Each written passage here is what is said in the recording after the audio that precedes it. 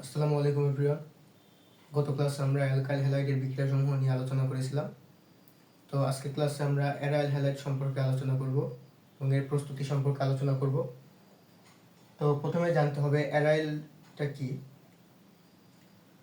তো C6H6 অথবা benzene, এটাকে বলা হয় হচ্ছে অ্যারিন, এবং সেখান থেকে যদি একটি হাইড্রোজেন অপসারিত হয় অর্থাৎ C6H5, তাহলে এটা হবে হচ্ছে অ্যারাইল।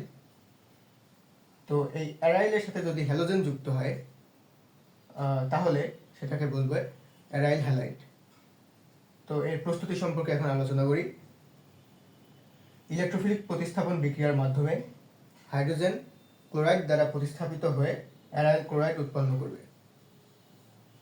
তো ইলেকট্রোফিলিক প্রতিস্থাপন বিক্রিয়া এটা আমরা পরবর্তীতে আলোচনা করব। তা আজকে খুব সংক্ষিপ্ত আকারে এটা আলোচনা করি। প্রথমে এটা হচ্ছে অ্যারাইল। অ্যারাইলের সাথে ক্লোরিন যুক্ত হয়েছে, প্রভাবক হিসেবে আছে ফেরিক ক্লোরাইড।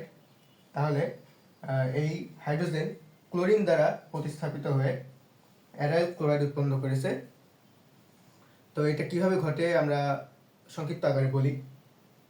এই ক্লোরিন এবং ফেরিক ক্লোরাইড প্রথমে বিক্রিয়ার মাধ্যমে একটা ইলেকট্রোফাইল এবং একটা নিউক্লিওফাইল উৎপন্ন করে। তো আমরা ইলেকট্রোফাইল এবং নিউক্লিওফাইল সম্পর্কে পূর্ববর্তী ক্লাসগুলোতে আলোচনা করেছি। তো এর পরবর্তী ধাপে, তো এটা হচ্ছে 3 ধাপে সম্পন্ন হয়। তো প্রথম ধাপ গেল। দ্বিতীয় ধাপে অ্যারাইলের সাথে ওই যে ইলেকট্রোফাইল উৎপন্ন হয়েছে সেই ইলেকট্রোফাইল যুক্ত হয়ে একটা সিগমা কমপ্লেক্স গঠন করে। তো এখানেই হাইড্রোজেন এবং একসাথে ইলেকট্রোফাইলটা যুক্ত হবে। তো এটা হচ্ছে মানে সিগমা কমপ্লেক্স গঠন করবে, এটাও পরবর্তীতে আলোচনা করব। এবং সর্বশেষ ধাপে যে নিউক্লিওফাইল উৎপন্ন হয়েছিল প্রথম ধাপে, সেই নিউক্লিওফাইল ওই সিগমা কমপ্লেক্সের সাথে যুক্ত হয়ে ক্লোরিনকে বা ইলেকট্রোফাইলকে এই হাইড্রোজেনকে অপসারিত করে ক্লোরাইড যুক্ত করে অ্যারাইল ক্লোরাইড উৎপন্ন করবে। তো এটি হচ্ছে ইলেকট্রোফিলিক প্রতিস্থাপন বিক্রিয়ার মাধ্যমে অ্যারাইল হ্যালাইড প্রস্তুতি। তো আজকের মতো এখানেই বিদায় নিচ্ছি। সবাইকে আসসালামু আলাইকুম।